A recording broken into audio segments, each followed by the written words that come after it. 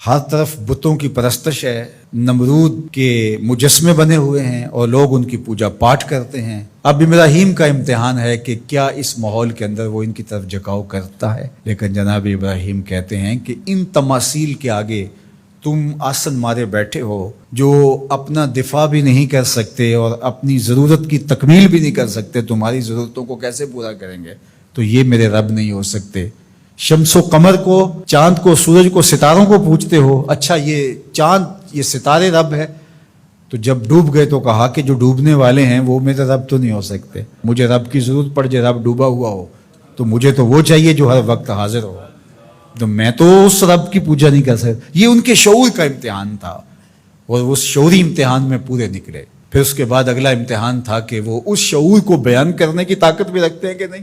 پھر بت کدا ٹوٹتا ہے، نمرود کا دربار سجتا ہے، اور وہاں جو خطبہ حضرت ابراہیم نے دیا زمانے نے سنا، جب کلہاڑا اس بڑے بت کے کندھے پہ رکھ دیا اور باقی سارے بتوں کا تیا پانچا کر کے رکھ دیا، جب وہ میلے سے واپس آئے تو ابراہیم بڑی بے نیازی سے بولتے، ان کے بڑے نے کیا ہوگا، دیکھو اسلحہ تو اسی کے کندھے پر ہے۔ تو وہ کہنے لگے ابراہیم تو جانتا ہے یہ بولتے نہیں ہیں، اور حضرت ابراہیم یہی تو لانا چاہتے تھے۔ پھر جو خطبہ دیا، اُفٍّ لَکُمْ وَلِمَا تَعْبُدُونَ مِن دُونِ اللَّهِ أَفَلَا تَعْقِلُونَ، افسوس ہے تمہارے اوپر اور افسوس ہے ان پر جن کو تم اللہ کے علاوہ پوجتے ہو۔ افلا تعقلون، تمہاری کھوپڑی میں دماغ نہیں ہے۔ اور پھر اللہ کی توحید کا بیان فرمایا۔ پھر اس کے بعد جان کا امتحان آیا، تو پھر جلتے ہوئے شعلوں کے اندر جس طرح ہنس کے داخل ہوا پیغمبر، یہ الگ اور نرالی شان تھی۔ نمرود نے سوچا تھا جل کے راکھ ہو گیا ہوگا چخا میں، لیکن 40 دن کے بعد جب آگ بجھتی ہے تو حضرت ابراہیم انگاروں سے چلتے ہوئے یوں باہر آتے ہیں جس طرح پھولوں پر کوئی نازنین چل کے آ رہا۔ پھر 87 سال عمر ہے، اللہ تعالیٰ پھر حضرت ہاجرہ کے بطن سے حضرت اسماعیل کی صورت میں اولاد عطا کرتا ہے۔ اب اتنی بڑھاپے کی عمر میں اولاد نصیب ہو تو انسان کا جی چاہتا ہے سارے کام کاج چھوڑ کے گھر بیٹھ جاؤں اور میں اپنی اولاد کے چہرے کی بلائیں لوں، لیکن حکم ہوتا ہے اپنی زوجہ کو بھی اور اپنے نو مولود بیٹے کو بھی ایسی وادی میں چھوڑاؤ جہاں کوئی سبزہ بھی نہیں ہوگا۔ اللہ اکبر۔ پھر اسماعیل علیہ السلام کی ایڑیوں کے رگڑنے سے زمزم جاری ہوتا ہے۔ اب ذرا دیکھیے، ایک ایسا امتحان آتا ہے اگر کو ہمالیہ پہ بھی ڈال دیا جاتا اس کا پتا بھی پانی ہو جاتا۔ فلما بلغ معہ السعی، جب وہ ان کے ساتھ چلنے پھرنے کے قابل ہوا۔ ابراہیم علیہ السلام خواب دیکھتے ہیں، اور خواب کیا دیکھتے ہیں کہ میں بیٹے کو ذبح کر رہا ہوں۔ فلما اسلما، جب دونوں راضی ہو گئے، باپ ذبح کرنے پہ اور بیٹا ذبح ہونے پہ۔ اب باپ کی آنکھوں پہ پٹی بندھی ہے، ہاتھ میں چھری ہے، 100 سال کا بوڑھا باپ، جبل صبیر کا دامن منا کی وادی، کارکنان قضاء و قدر دم بخود ہیں، شمس و قمر، یہ منظر آج سے قبل انہوں نے نہیں دیکھا تھا، اور سورج بادلوں کی اوٹ میں منہ چھپانے کی کوشش کر رہا ہے کہ یہ منظر مجھ سے نہیں دیکھا جائے گا۔ حوروں کی چیخیں نکل رہی ہے، کائنات تھرا رہی ہے، مالک قیامت آنے والی۔ اور مالک بھی فرشتوں سے کہہ رہا تھا کہ تم کہتے تھے نا کہ سجدے ہم کریں گے، تسبیحات ہم کریں گے، انسان تو دینگا مشتیاں کرے گا، ذرا میرے بندے کی اس ادا کو بھی دیکھو، میرے حکم کی تعمیل پر میرے بندے کی اس انوکھی ادا کو بھی دیکھو۔ چھری کی نوک حلق کے اوپر رکھ کے پورا وزن ڈال دیا، گلا کٹ گیا، خون بہنے لگا۔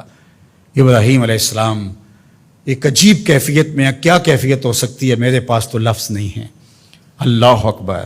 جلدی سے جو ہے وہ آنکھوں سے پٹی کھولتے ہیں تو دیکھتے ہیں کہ منظر بدلا ہوا ہے۔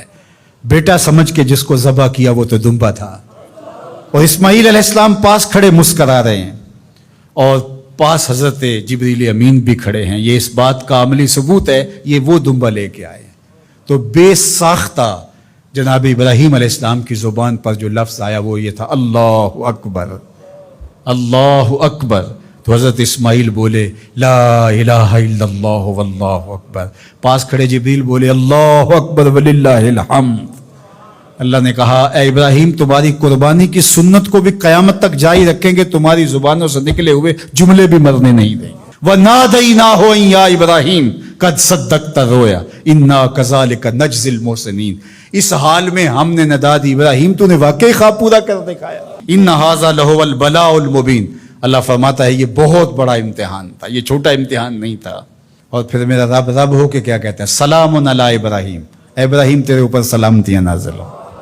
اللہ اکبر۔ پرسوں بھی میں کسی منڈی کے قریب سے گزرا، کہتے ہیں اس علاقے کی سب سے بڑی منڈی ہے، تو ہزاروں جانور، ہجوم محبت، اور سڑکوں پر، گلیوں میں، بازاروں میں، کوئی یہاں گائے لے کے جا رہا ہے، کوئی بیل، کوئی اونٹ اٹھا کے لے کے جا رہا ہے، تو بے ساختہ میری زبان سے یہی نکلتا ہے، سلام علی ابراہیم، ابراہیم تیرے اوپر سلامتیاں نازل ہوں۔ اللہ اکبر۔ اور اس قربان گاہ پر، جس قربان گاہ پر حضرت اسماعیل کو لے کر کے چلے تھے، منا کی وادی میں جبل سبیر کے پاس، وہاں 25 لاکھ حجاج جانور ذبح کریں گے، تو منا کی وادی اس گونج سے منور ہوگی، آواز آ رہی ہوگی، سلام علی ابراہیم، ابراہیم تیرے اوپر سلامتی۔ ابراہیم علیہ السلام نے چھوٹا کام نہیں کیا، بہت بڑا کام کیا، لیکن میرے رب نے بھی پھر جو اعزاز دیا، جو تکریم دیا، عرض کی گئی یا رسول اللہ یہ قربانیاں کیا ہیں؟ فرمایا تمہارے باپ ابراہیم کی سنت ہے، قیامت تک وہ نقشہ ہماری آنکھوں کے سامنے رہے گا، اور لوگ اپنے قیمتی متاع کو اس طرح قربان کرتے رہیں گے۔ ہمارے ایک بزرگ فرمایا کرتے تھے کہ ہر بندے کا کوئی نہ کوئی اسماعیل ہوتا ہے، جب تک وہ اپنے اسماعیل کی گردن پر چھری نہیں رکھتا رب کا قرب نصیب نہیں ہوتا۔